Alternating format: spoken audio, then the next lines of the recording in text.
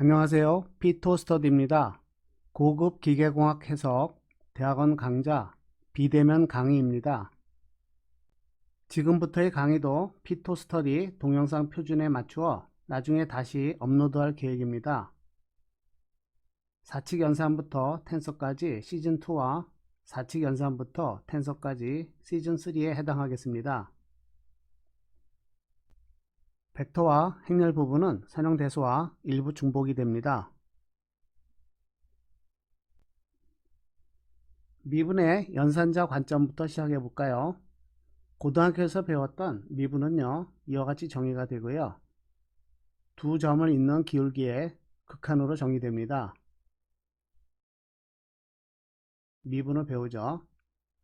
이와 같이 미분을 배운 다음에 몇 가지 함수들의 미분을 배웁니다. 하지만 대학원 강의에서는요, 이러한 기술을 배우는 것이 아니고요, 개념을 배울 것입니다. 그래서 연산자의 관점에서 미분을 다시 되돌아볼게요. 그렇다면 지금까지 배운 연산자를 정리해보면요, 사칙연산과 컨볼루션이 있고요, 미분 적분에서 총 7개의 연산자가 됩니다. 더하기 연산에 대해서 우리가 항동원이 존재했고요, 곱하기에 대해서도 마찬가지로 항동원의 존재가 가장 중요합니다. 이러한 측면에서 미분 연산자를 지금까지 공부한 것과 비교해 볼까요? 더하기 연산자에서는 항동원 0을 갖고요, 곱하기 연산자도 항동원 1을 갖습니다.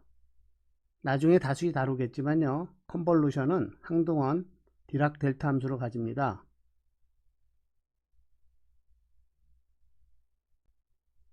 그런데 미분 연산자는 항동원을 가질 수가 없겠죠. 왜냐하면 유나리 연산자로 항이 하나만 있습니다. 하지만 이러한 성질을 가지는 비슷한 것이 있겠죠. 그것은 바로 위치가 변하지 않는 것입니다. 함수를 미분해도 자기 자신이 되는 이러한 성질이 항동원과 상당히 비슷합니다. 이것을 풀면 우리는 알고 있죠. exponential x입니다.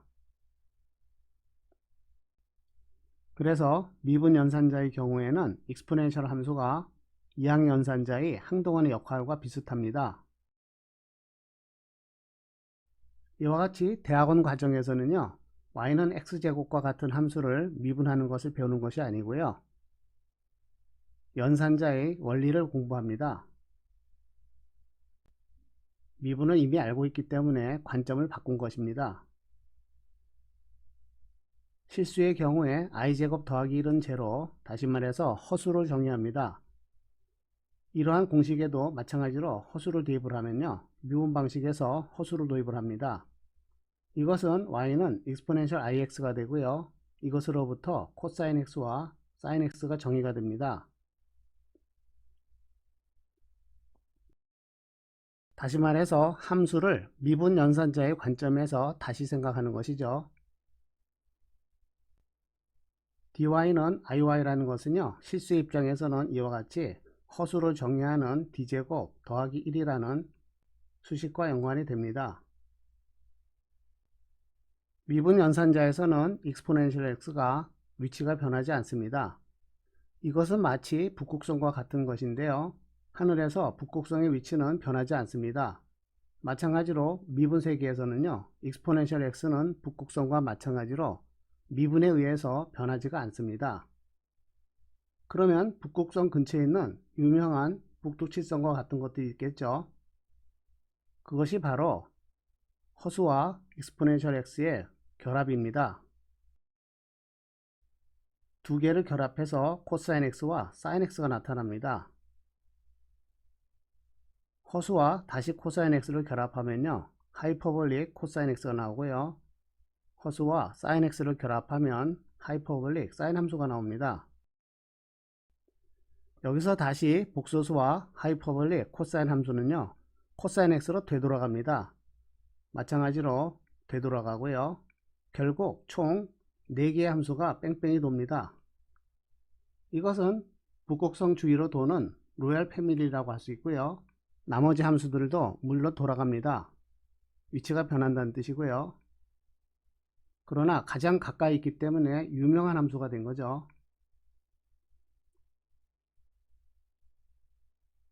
별들의 세계에서 보면은 북두칠성에 해당하는 것입니다.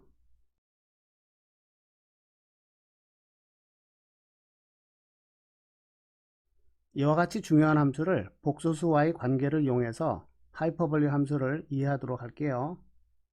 우리가 잘 알고 있는 사인의 마이너스 x는요, 마이너스가 밖으로 나옵니다. 탄젠트의 경우에도 음의 부호가 바깥으로 나오고요.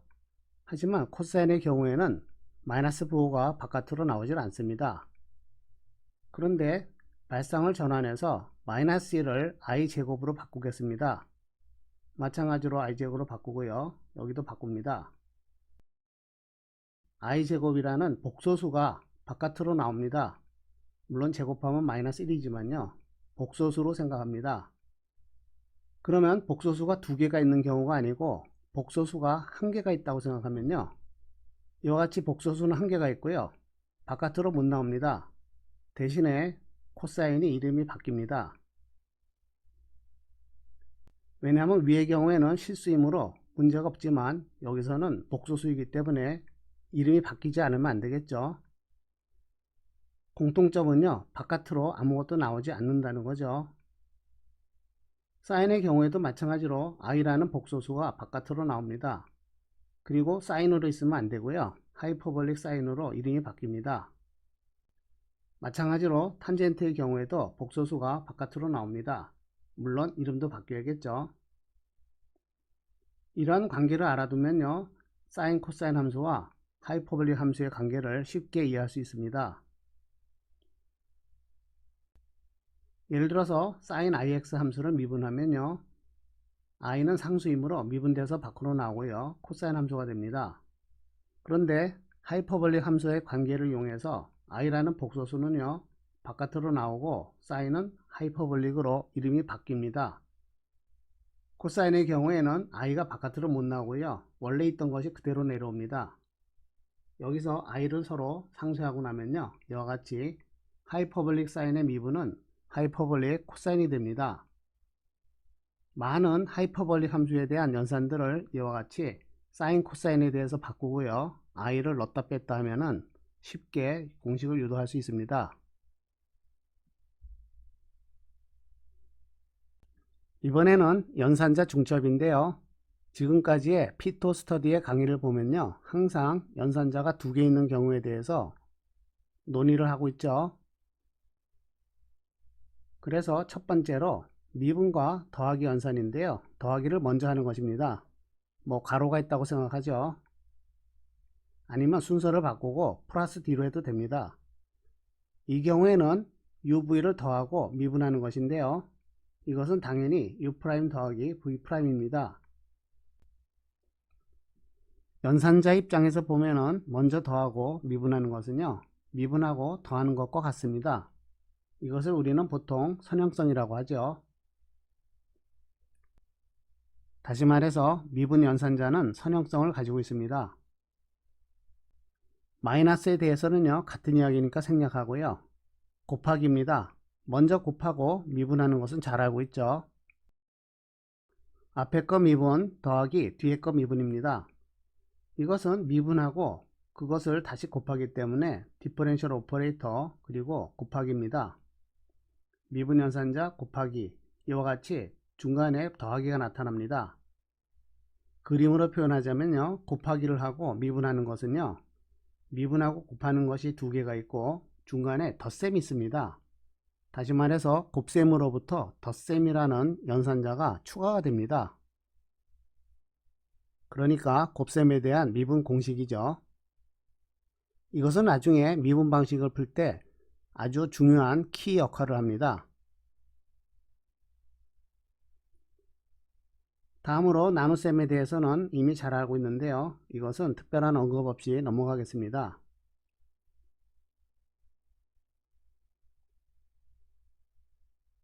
미분과 미분 연산자가 겹치는 것은요, 이게 미분이 되고요, 이와 같이 D제곱으로 나타낼 수 있습니다. 적분에 대해서는 아직까지 언급하지 않았으므로 연산자 중첩은 여기까지입니다.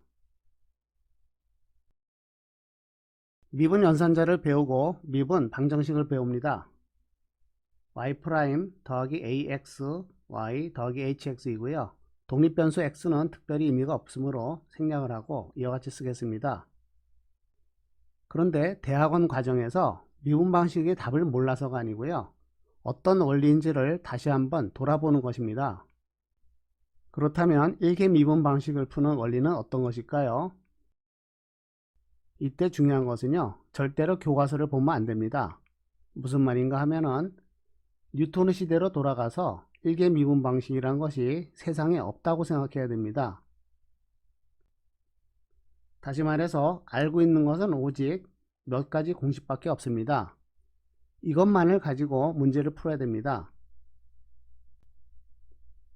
교과서는 잊어버리고 주어진 원리로부터 미분 방식의 해를 구하는 원리를 찾아가는 것입니다. 이 중에서 미분 방식에 풀 수 있는 키가 되는 것은 어떤 것일까요? 가운데 있는 공식이겠죠.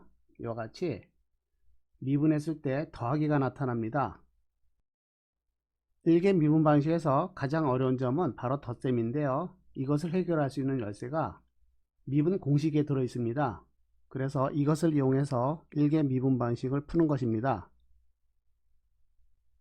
대학원 과정이므로 이미 답을 알고 있더라도 이와 같이 원리로부터 출발하는 것을 다시 한번 생각해 보는 것입니다. y' 더하기 ay는 h를 풀기 위해서 이 덧셈을 매칭을 합니다. 그러면 위에 아래가 똑같은 모양이 되어야 되는데요. 여기 곱셈이 있으니까 뭔가 항이 두 개가 있어야 합니다. 다시 말해서 이 공식은요. 앞에 거 미분 더하기 뒤에 거 미분인데요. 편의상 v에 대한 미분으로 바꾸겠습니다. 다시 말해서 변수 y를 변수 v로 이름을 바꿨어요. 그럼 앞에 u를 곱해주면 모양이 같겠네요. 두 개가 같아졌습니다. 이번에는 두 번째 것도 모양이 같아야 되겠네요. 그래서 u'v와 이것이 같아야 됩니다. 결국 방정식이 얻어지죠. u'은 au가 되고요. 이것을 푸는 것은요. 앞에서 말한 대로 북극성 주위에 있는 로얄 패밀리 익스포넨셜 ax가 됩니다. a가 1일 때는 북극성이고요. a가 1이 아닐 때는 주변을 도는 별들이라고 보면 되겠어요. 그런데 a가 상수가 아니라면 이와 같이 a를 적분하는 것이 익스포넨셜의 파워가 되어야 됩니다. 미분 방정식의 이론에서는요. 이러한 형태를 보통 인티그레이팅 팩토라고 합니다. 그리고 p로 나타내는 것이 일반적입니다. 그렇다면 주어진 미분 방정식은 이러한 형태가 되고요. 괄호에 전체 미분이 되기 때문에 적분하면 바로 해가 나옵니다. 그래서 1개 미분 방식에 대한 개념 카드를 구할 수 있습니다. y' 더하기 ay는 h라고 할 때요. 익스포넨셜 인티그럴 a를 p라고 놓습니다. 그러면 미분 기호를 괄호의 바깥에 둘 수가 있고요. 적분을 바로 할 수 있습니다. 대학원 과정이므로 최종해를 굳이 쓰지 않아도 되겠죠.